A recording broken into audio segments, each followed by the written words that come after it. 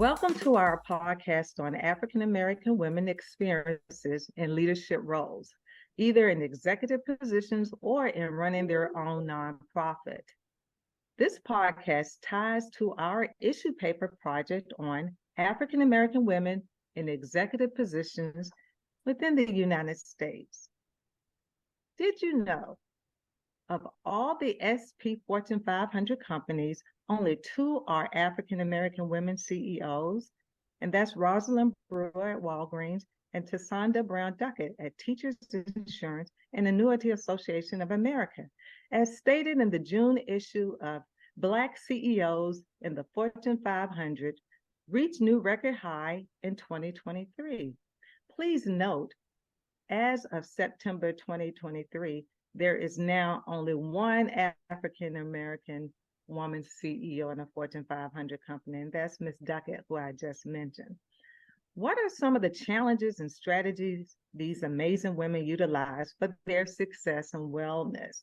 Yes, there are still challenges we face on that path to the C-suite, and maybe that is why many African American women are still starting their own companies. Who knows for sure? This is one of the reasons why the purpose of our podcast is to not only meet the requirement from our issue paper project, but to provide a platform for minority women in leadership positions to share their stories in a safe environment. Our guest today is Dr. Brenda Smith. But before we begin our conversation with Dr. Smith, I'll have our wonderful panelists introduce themselves, and we'll start with Pam. Good afternoon, Dr. Smith, and welcome again. My name is Pamela Spratley, and I am a part of this wonderful group, first-year doctoral student. We look forward to speaking with you today to learn more about your role and what you can pour into us. This is my second degree here at VCU, and I enjoy working with all those that I can through this journey. So welcome again. Thank you. Awesome, Pam. What's your topic area for today? My topic area will be questions surrounded by barriers and challenges in the workplace. Barriers and challenges. Thank you so much, Pam. Next up, we have Valerie. Hello, Dr. Smith. Welcome. Nice to have you. My name is Valerie Studevant, and I am a first-year student at the School of Education doctorate program. My topic today would be about diversity as it relates to the women in business leadership. Thank you. Diversity. Thank you so much, Valerie. And I am Diane Williams. I am the facilitator for today.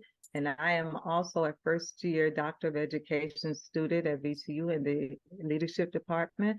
And my focus will be on strategies. So you're going to hear some questions around challenges and barriers and diversities. And then we're going to talk about those strategies. What help these women? What are some things that help be more successful? So at this moment, thank you, panelists Pam and Valerie. Now I'll take a moment to share a little background about Dr. Smith before we dive into our questions. Dr. Brenda Smith is a retired Department of the Army civilian in the accounting training field with over 40 years of experience. Her Doctor of Education degree is in Computing Information Technology. She has an MBA and a bachelor's degree in Science and Management. Some of her achievements include the President of Kingdom Bible Institute and Hampton University's College Outstanding Faculty Award. That is just amazing. Dr. Smith is the owner of 2 nonprofits. The first nonprofit is New Choices, New Mind. And the second one is about this cause. Her mission statement reads, New Choices, New Mind is a new nonprofit organization that provides individuals, families, and the underserved and marginalized members of the community with connections to services, resources, collaborating, networking opportunities, coaching, training, and so much more. Her other nonprofit, they serve hot meals on Saturdays. They provide clothing, essential toiletries to homeless persons in this surrounding area. A lot of the funds that she used comes out of her own pocket, and we will hear more about that later. But she also received gift cards and donations to help fund those services that she provides. What an amazing journey so far, Dr. Smith. And a lot of the things you have shared with us they resonate within the African American woman community, all the types of things we try to do. So Dr. Brenda Smith, welcome to our podcast. Good afternoon, and thank you for inviting me to your podcast and to all these wonderful future female doctors. I salute you, okay, and wish you well. Yes. Thank you. Thank you. So thank you, Dr. Smith. So let's go ahead and dive into these questions we have for you today. It's all about having a conversation and learning from you, because you have been there, and we would like to take away as much as we can and share with our audience later on. So let's start with Pam with her questions around challenges and barriers. Go ahead, Pam. Thank you, Diane. So, Dr. Smith, so like you mentioned in the beginning in our introduction, we're all new into this doctoral space. We're still learning. This is our second semester in this space. Last semester, we started out in doing some coursework where we talked about psychological safety in the workplace. And so what we found out is organizations the concentration was, how do organizations make it safe for employees to feel comfortable when needing to speak up, whether or not they see something that's wrong that needs to be corrected, or just being comfortable in general and speaking, your opinion, speaking your mind, just, being a part of conversations that help push, the agenda forward. A lot of times in my past experience, I've been in spaces where I didn't feel comfortable speaking up. I just didn't have that environment that allowed me to feel comfortable. And so that's what psychological safety kind of, really encompasses, whether or not organizations allow that space, if they create that space. In our research that we have been doing, I've seen a lot of interviews with women in different positions where they didn't feel safe in their organization. So my question to you is, in your careers over the years, how has, or if it has at all, psychological safety shown up? Have organizations provided that space for you? Have you had to be a part of creating that space for yourself or perhaps other women in your workspace? If you could talk a little bit about that, if it exists or even if it didn't. Okay, well, thank you. Well, that can be a challenge itself. So creating a safe place people can speak up, in which sometimes you can have a little small group and speak up. Some people will, some people will not. Okay. In my case, I just had a situation in which I was feeding the homeless. And what happened, somebody posted something on the internet. Well, with a nonprofit, you have to tell your story, okay, in order to get funding and grants and so forth. So I put out there, I had fed 80 to 85 people with 22 pizzas from Little Caesars. Here go this on Facebook media, who I was providing the service to, to help support the homeless, said something like, do not glorify yourself, okay? So that's plucked the nerve right then and there. Are you talking about me or what's going on? So I went to, she is of Asian descent, okay? And usually she speaks sometimes different things and people don't know how to accept it.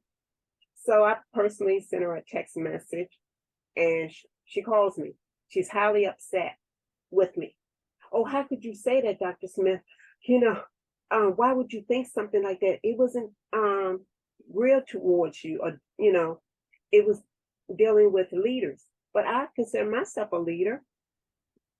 So pretty much I told her how I felt about it. I thought it was inappropriate, and so forth. So she did not want to take my apology. I told her, well, there was a miscommunication probably because I took it one way versus another one, and she said she was not yearning towards me.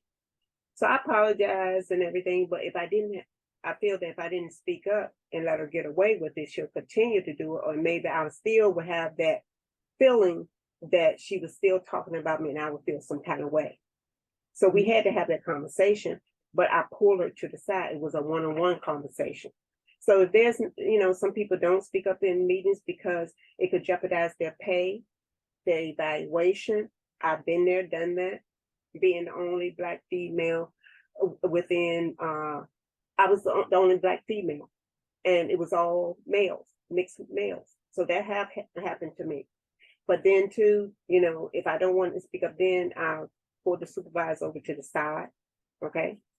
For my organization, I create a safe space. People can speak up, listen, and then I listen, and then I try to provide a solution. We could do it as a team, or either we can do it on one-on-one. It's all about the communication, And there is fear, just like I mentioned, both personal and professional, because it can affect, just like I mentioned, your evaluation or your outside personal relationship with them, So yes, there have been some challenges, and you need to speak up.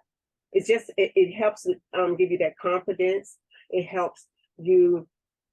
It just depends on the situation too. Yeah. That's another thing. You may not want to address in front of everybody. You might want to pull somebody to the side or have feedback. So Pam, thank you. Wonderful questions diving into some challenges and barriers. At this time, we'll turn it over to Valerie. She's going to talk along the lines of diversity, equity, and inclusion in the workplace. So Valerie, take her away. Thank you so much, Dr. Smith, for being that courageous, transformational leader.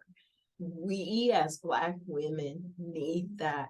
We need to see it to give us strength to keep going because of the challenges and barriers. We need to look up to someone in a mentor capacity, also to work aside to help society as well.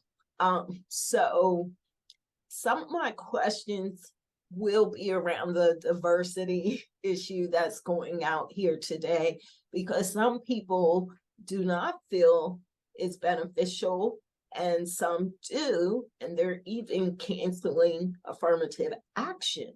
Yeah. So some of these policies have allowed us to get to where we are today. So my first question to you is, do you have a diversity policy in the two nonprofits that you run?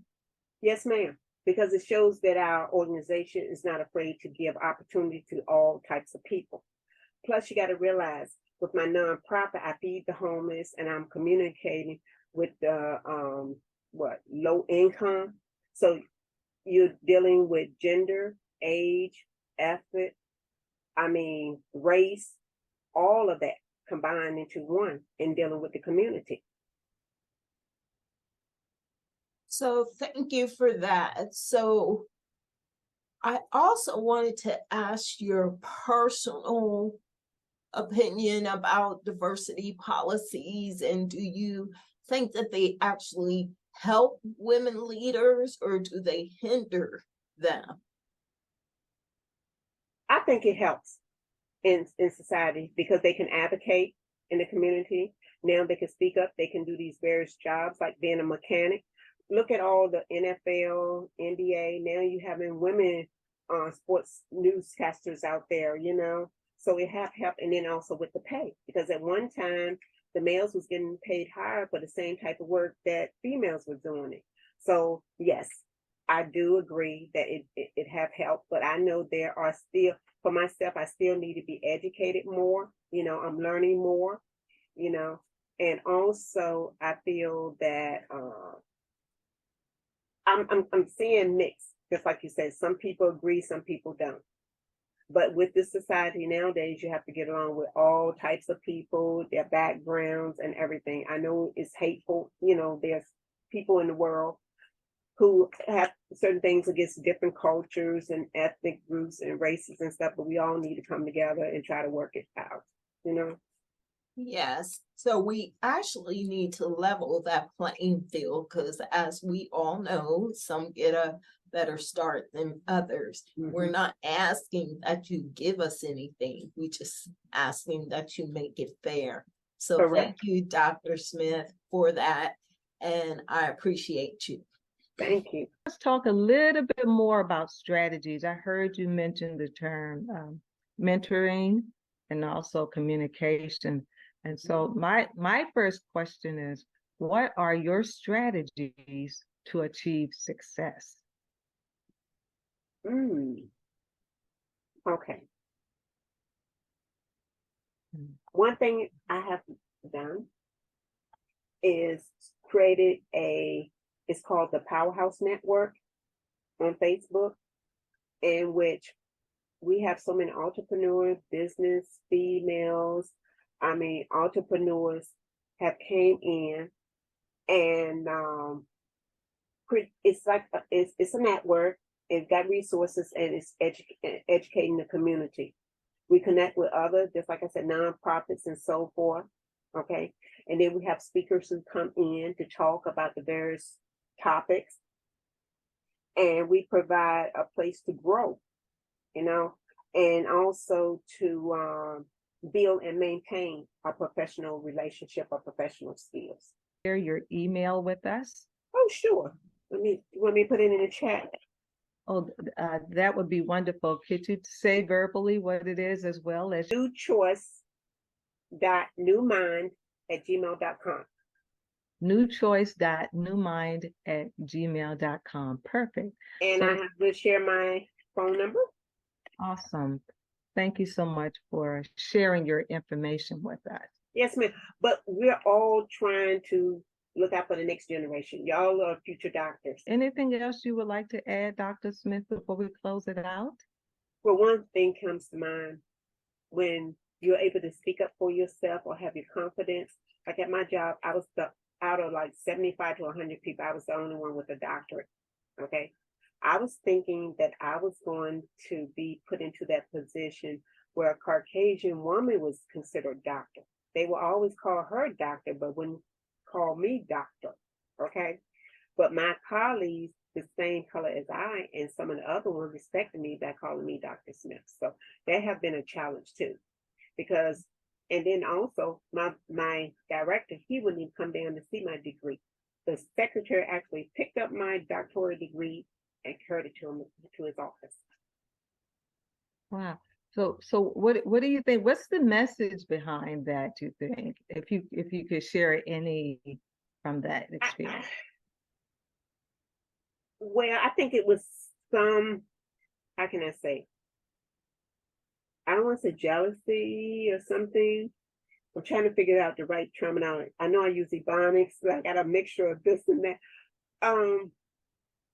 Is it because I was a Black female? Because I know that have been thrown in my face sometimes. Like, well, like me and one of the, this young lady and I came from one of our directors saying that you seem incompetent. What you mean you're incompetent? Like he has something against Black females. And I feel that was something, and also I know like people was asking, do your husband have a problem with you being a doctor or having a higher education, more education than he does? My husband never. He supported me 100%, 125%. But I know several, male doctors have said that. Well, how do your husband feel? Because what was he emphasizing? That in his culture, a woman shouldn't have that much education, or what? So I gave some tidbits here and there. I mean, it makes you wonder, but it didn't discourage me, because I felt that, I know sometimes race and education do get in the, get involved, but I felt that they could have put me in that position, but they didn't white Caucasian wind up with that position. For whatever reason they chose, for whatever reason they felt was valid, they chose someone else. I think that aligns with the research we've been doing on our issue paper with the underrepresentation of Black women in corporate America, but we've seen this commonality across any genre in higher education and nonprofit as well. We go through the process of preparing ourselves as much as possible. So Dr. Smith, thank you so much for taking time out of your extremely busy schedule to talk to us on our overall topic, which is always African American women in leadership roles. So again, thank you so much for your time. And this ends our podcast for today. I wish you the very best, y'all. Get your doctors. Thank you.